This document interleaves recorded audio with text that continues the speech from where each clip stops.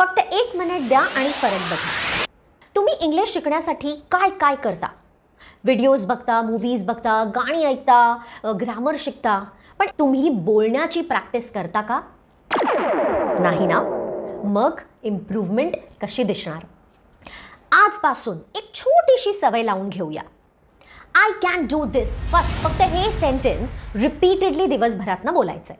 I can do दिस. मी हे करू शकते. आणि मग हळूहळू थोडासा बदल करायचा आहे.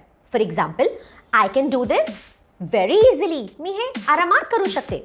I can do that quickly. मी हे पटापट करू शकते. I can do this differently. मी हे वेगळ्या पद्धतीने करू शकते. I can do this without help. मी हे कोणाच्याही मदतीशिवाय करू शकते. I can do this later. मी हे थोड्या वेळानंतर करू शकते. कन्सिस्टन्सी ठेवली तर 30 दिवसात नक्की फरक दिसेल. ट्राय करून बघा आणि मग मला सांगा.